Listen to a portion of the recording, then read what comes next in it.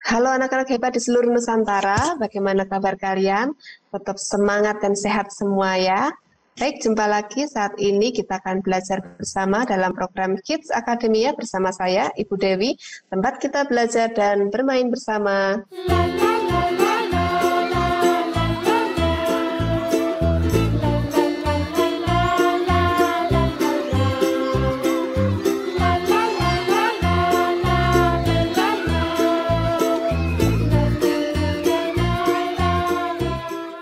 Ya, anak-anakku, bagaimana kabar kalian?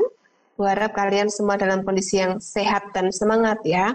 Jika saat ini kita akan belajar bersama, Ibu harap semuanya bersemangat ya, tidak ada yang boleh loyo, tidak ada yang boleh malas-malasan.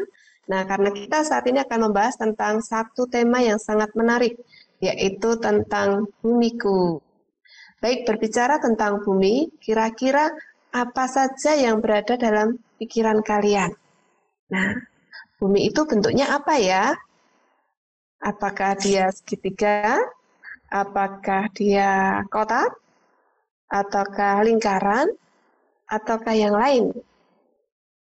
Ya, beberapa penelitian sudah menyebutkan bahwa bumi adalah salah satu planet yang berada dalam jajaran Bima Sakti, galaksi Bima Sakti ya. Di situ bumi adalah planet yang ketiga yang dekat dengan matahari. Ya, kita ingat kembali bahwa ada 8 planet yang berada dalam putaran galaksi tersebut. Atau yang pertama dekat dengan sinar matahari apa? Merkurius, kemudian ada Venus, selanjutnya ada Bumi, Mars, Saturnus, Uranus, Neptunus, dan selanjutnya. Oh iya, ada juga Jupiter setelah Mars ya. Ya, terima kasih. Nah, selanjutnya kita lihat bahwa bumi ini merupakan salah satu planet yang banyak atau terdapat kehidupan ya. Di dalamnya ditempati 3 macam atau 2 macam makhluk hidup. Ya, makhluk hidup dibedakan jadi 3. Yang pertama ada manusia, yang kedua ada hewan, dan yang ketiga ada tumbuhan. Baik, kita lihat ya bersama-sama tentang apa saja itu yang ada dalam bumi kita. Kita lihat bahwa bumi kita ini adalah bumi yang kita tempati atau tempat kita tinggal. Nah, di planet bumi ini terjadi pergantian, ada siang dan juga ada malam. Kira-kira terjadinya siang dan malam, apakah yang menyebabkan hal tersebut ya? Sehingga suasana itu mengalami pergantian sedemikian rupa. Ya, jika siang hari, kira-kira ciri-cirinya bisa dilihat ya. Kita dapat melihat sinar matahari, tetapi kalau malam hari sinar mataharinya tenggelam, kita lihat muncullah bulan dan bintang. Baik, kita tinggal di planet bumi ini di mana selalu terjadi pergantian situasi yang seperti ini. Kondisi seperti ini ternyata berpengaruh pada beberapa aktivitas. Nah, Ibu mau tanya, pernahkah kalian merayakan malam tahun baru? Ya, saat itu mungkin ketika kita merayakan pergantian tahun, tidak semua negara atau tidak semua bangsa itu juga mengalami pergantian tahun. Ya, yang menyebabkan hal tersebut adalah karena adanya belahan bumi tersebut berada di tempat yang berbeda.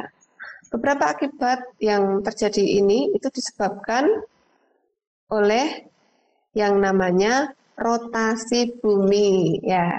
Rotasi bumi itu adalah perputaran bumi pada porosnya. Beberapa akibatnya adalah yang pertama mengakibatkan pergantian siang dan malam.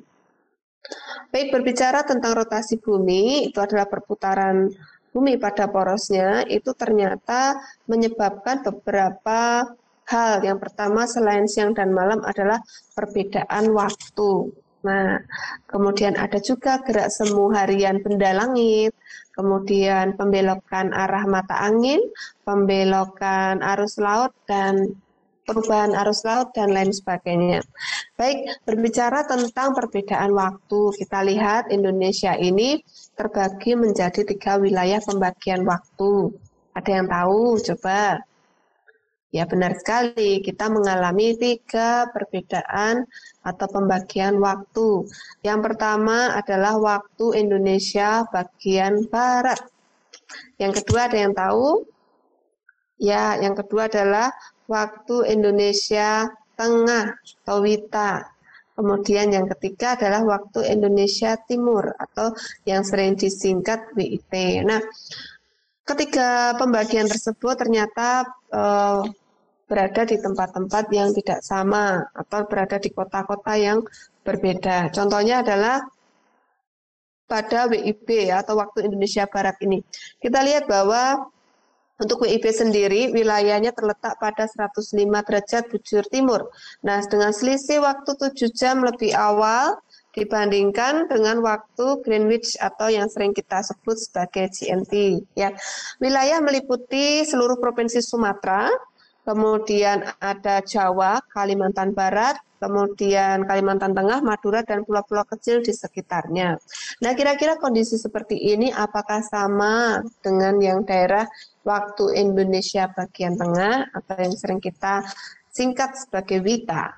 Nah, ternyata memang pembagian ini berpengaruh juga ya dengan kondisi-kondisi yang berada di sekitarnya atau yang di lain tempat. Nah, WITA tersebut berbeda ya. Itu dia terletak pada 120 derajat bujur timur dengan selisih waktu 8 jam lebih awal daripada waktu Greenwich atau GMT. Nah, di sini ada beberapa daerah yang mengalami WITA ini, diantaranya ada Sulawesi, kemudian Kalimantan Timur, Kalimantan Selatan, ada Pulau Bali, NTB, NTT, dan lain sebagainya.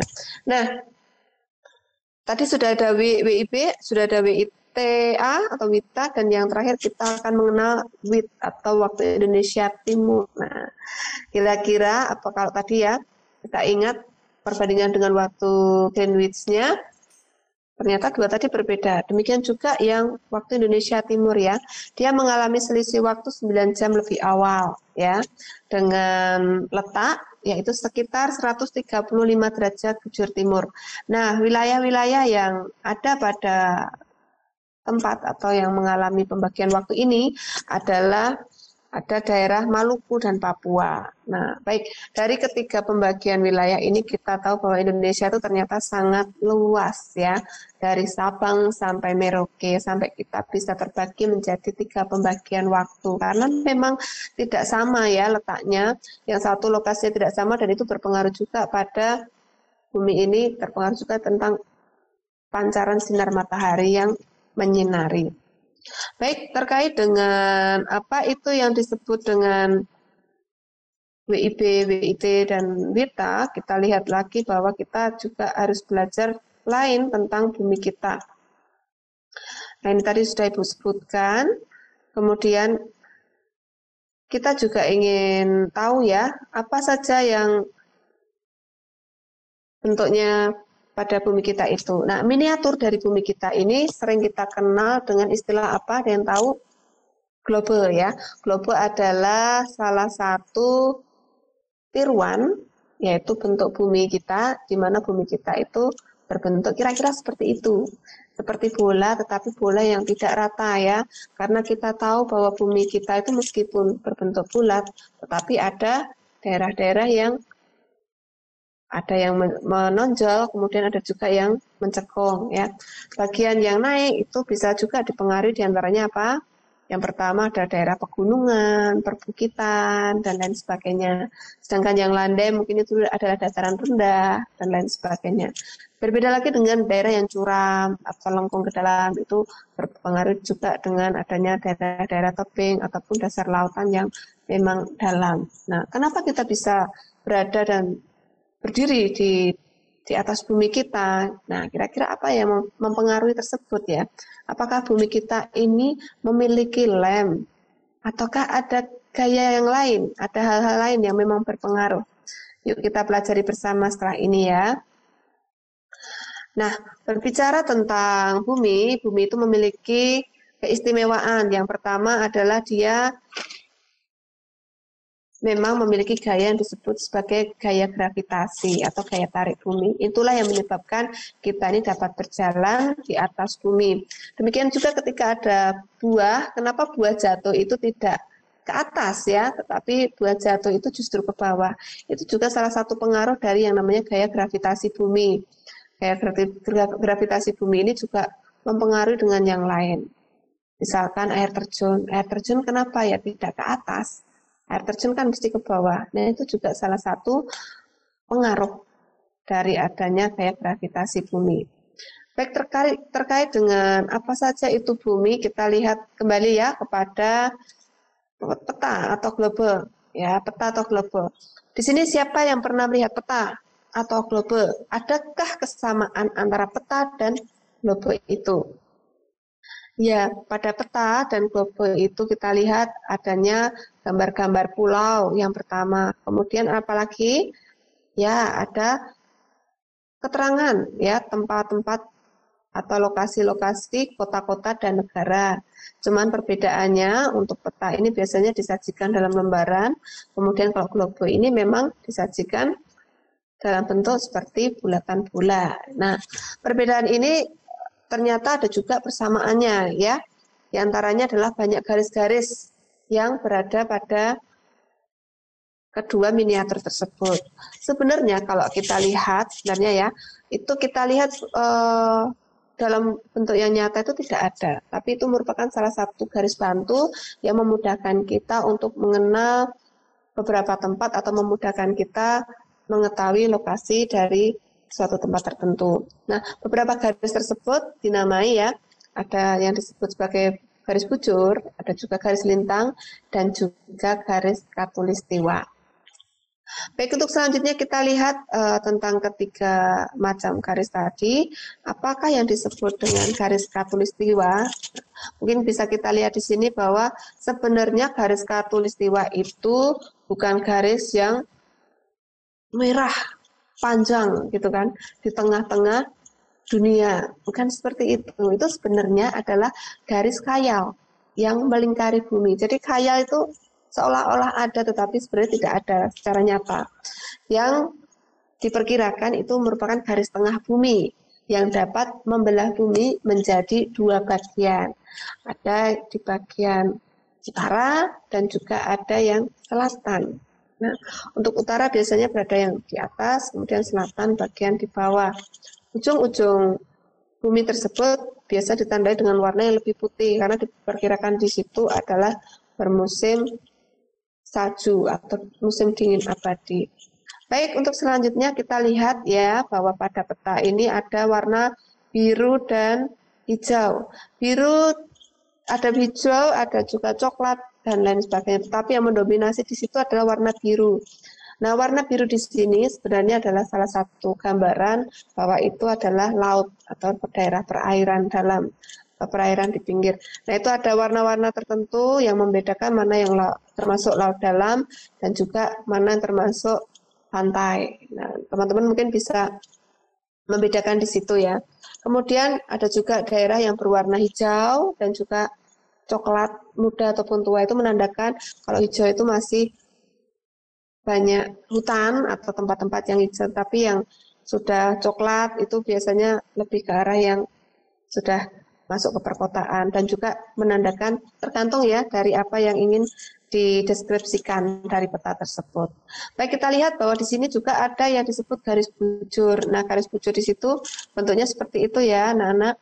Itu juga merupakan garis-garis khayal yang membujur dan membelah bumi menjadi belahan barat dan juga timur. Makanya kita dapat mengenal yang namanya bujur barat dan bujur timur. Nah, di sini kita lihat bahwa garis-garis tersebut sangat berguna ya, khususnya untuk menentukan beberapa hal. Baik, selanjutnya kita lihat juga adanya garis lintang ya. Garis lintang ini berada di atas dan di bawah garis khatulistiwa. Biasanya sama-sama melingkari seperti itu. Nah, dengan adanya pembagian seperti ini kita dapat mengetahui kira-kira letak sebuah kota, kondisinya dia kira-kira panas atau dingin, atau dia termasuk musim apa saja yang berada di tempat itu bisa juga kita identifikasikan dari lokasi tempatnya. Baik, untuk selanjutnya kita lihat juga bahwa dasar penetapan waktu, tadi sudah kita sebut adalah bujur timur ya. Nah, tahukah kalian dari kota mana garis bujur itu dimulai? Kira-kira di mana? Ada yang tahu? Ya, pedoman awal garis bujur tersebut dimulai dari kota Greenwich ya, atau itu berada di negara Inggris, tepatnya di kota London, sebagai garis bujur 0 derajat Celcius. Sehingga dengan perubahan atau perbedaan besarnya garis bujur tersebut itu berpengaruh pada pembagian waktu, termasuk di tempat kita tadi ya, di awal-awal kita sudah berbicara, oh iya kalau misalkan dia memang termasuk bujur barat, ya berarti berapa jam GMT-nya, kemudian kalau dia Wita, tadi berapa jam, kemudian kalau dia WIT atau waktu Indonesia Timur sekitar 9 jam dan lain sebagainya. Nah, itu adalah pedoman ya, pedoman atau patokan yang memang sudah disepakati bersama, sehingga itu dimanapun kira-kira atau kurang lebihnya bisa kita jadikan acuan. Coba kita lihat di sini ada gambar tentang Royal Observasi di kota London. Nah, kembali lagi ya Ibu ingatkan di sini Indonesia itu terletak pada 95 derajat bujur timur sampai 141 derajat bujur timur. Nah, kita lihat ini ya pembagian waktu pada peta. Di situ ada sebelah kiri itu banyak, termasuk Pulau Jawa itu ada di situ, sebagian Kalimantan dan Sumatera ya, dan pulau-pulau kecil di sekitarnya itu berada di waktu Indonesia Barat, kemudian bagian tengahnya kira-kira seperti ini Bali dan sekitarnya, Pulau Sulawesi, dan yang terakhir adalah waktu Indonesia Timur. Waktu Indonesia Timur di sini kita lihat kurang lebihnya daerah Papua dan juga Kepulauan Maluku. Nah itu, dan pulau-pulau kecil yang ada di sekitarnya itu masuk dalam batas tersebut. Nah itulah yang menyebabkan kita apabila kita berada di tempat yang berbeda, kurang lebihnya ya itu yang akan kita alami. Belum tentu misalkan suatu saat yang satu kita punya saudara di Bali, oh di sana sedang jam berapa, jam 5 pagi, kira-kira di daerah Sumatera apakah sama? Itu kalian bisa memprediksi. Ada perbedaan waktu ya, demikian juga dengan yang waktu Indonesia Timur. Ketika kita punya saudara atau teman yang berada di tempat-tempat WIT, ketika di sana jam 12 malam, belum tentu di Sumatera juga jamnya sama. Ada perbedaan waktu atau selang berapa jam. Itu nanti bisa kalian coba hitungkan ya, kira-kira kalau antara waktu Indonesia Barat dan Timur itu selisihnya ada berapa jam. Baik, untuk selanjutnya kita juga perlu belajar lagi tentang cara mengetahui perbedaan waktu itu terlebih dahulu dengan memahami kota Greenwich. Misalkan bila di kota Greenwich pukul 6 pagi, maka berapa waktu di Indonesia bagian barat, tengah, dan timur? Apakah sama? Nah, itulah yang perlu kita identifikasikan dan perlu kita analisis bersama. Tadi sudah sempat kita singgung ya, di sini Ibu hanya mengingatkan saja. Cara menghitungnya gini, cara menghitung waktu Indonesia Barat adalah dengan cara misalkan 6 ditambah 105 dibagi 15, 13. Nah, kemungkinan besar kita adalah berada pada pukul 1 siang. Nah, demikian juga nanti kalian belajar untuk menghitung yang waktu Indonesia bagian tengah. Kira-kira seperti apa? Nah, kira-kira seperti itu ya, 6 ditambah 120 dibagi 15, 120 tadi adalah besarnya bujur timur ya. Kemudian dia akan menghasilkan angka 14. Nah, di sini mewakili dari pukul 2 siang. Nah, coba sekarang Ibu mengetes kalian ya. Kalau tadi kita sudah belajar tentang cara menghitung waktu Indonesia Barat, waktu Indonesia Tengah, coba kalian hitung waktu Indonesia Timur. Kira-kira berapa? Ibu kasih waktu sebentar saja. Sudah ada yang mendapat nilainya? Baik, yuk kita coba kita cek lagi. Nah, kira-kira apakah jawabannya ada yang sama seperti ini?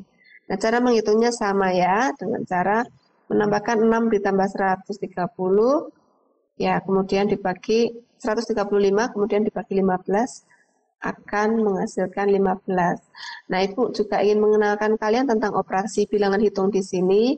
Ketika kita dihadapkan dengan soal-soal dan angka, ada penjumlahan dan ada perkalian ataupun ada pembagian, kira-kira perhitungannya bagaimana ya? Apakah ditambahkan bagian depan baru kita bagi?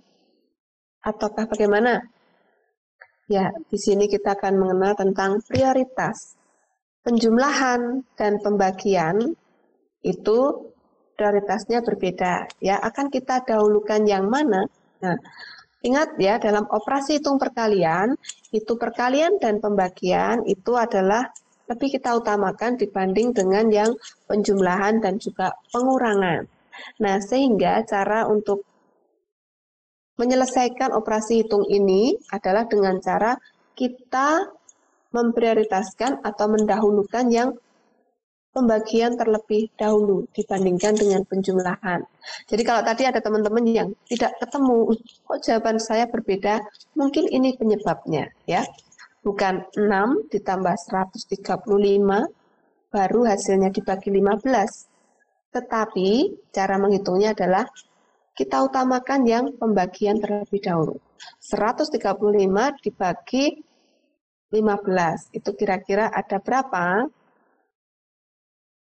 Ya 9, 9 ditambah 6. 9 tambah 6 itu 15. Nah, 15 di sini adalah mewakili pukul ya, 15.00. Kurang lebihnya itu adalah mewakili pukul 3 sore ya. Nah, baik anak-anakku yang berbahagia, selanjutnya kita lihat bahwa ketika kita dihadapkan dengan banyak sekali macam-macam dengan bentuk bumi, Ibu ingin bertanya juga kepada kalian. Di sini kira-kira tentang operasi hitung, apakah ada yang masih kesulitan? Ayo bisa tunjuk jari di sini. Jika kalian mengalami kesulitan, jangan takut untuk bertanya kepada guru ataupun kepada orang tua, karena mereka juga pasti akan dengan senang hati menolong kalian.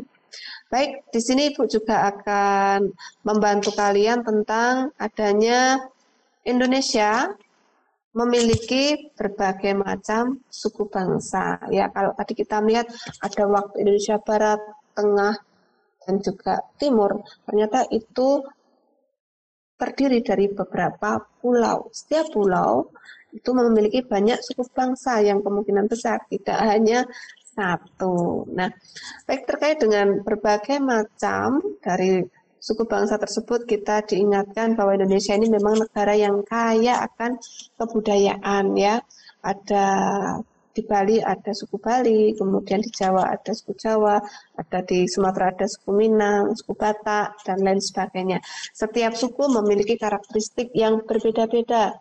Ada yang memiliki pakaian adat berbeda, bahasa yang berbeda, rumah adat yang berbeda, alat musik yang berbeda, senjata yang berbeda-beda. Yuk kita bahas dan pelajari bersama.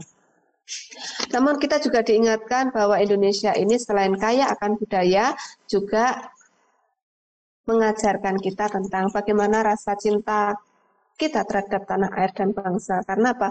Indonesia ini adalah negara kepulauan, tetapi kita juga negara kesatuan. Artinya di sini kita juga harus memprioritaskan adanya persatuan, kesatuan bangsa. Ya, meskipun kita berbeda-beda, tetapi kita harus tetap satu jua seperti semboyan negara kita, yaitu Bhinneka Tunggal Ika. Meskipun berbeda, tapi tetap satu jua.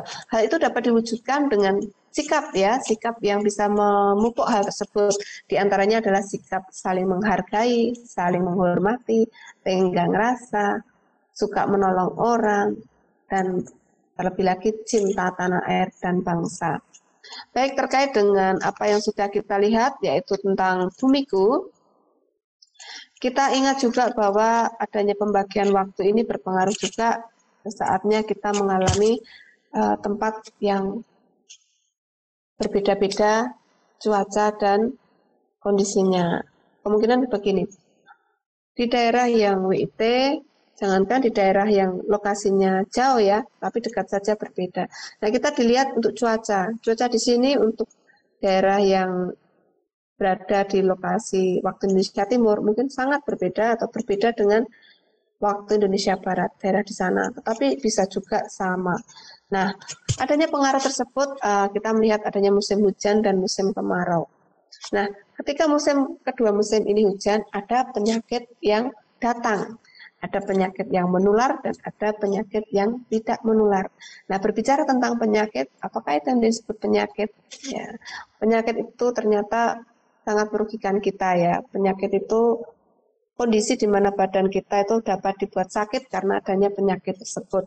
Di antaranya yang pertama ada influenza, osteoporosis, MAH, kemudian kanker, TBC, hipertensi, cacar air, dan lain sebagainya. Coba tugas kalian, nanti tuliskan contoh-contoh. Yang pertama ya, buatlah tabel penyakit yang menular.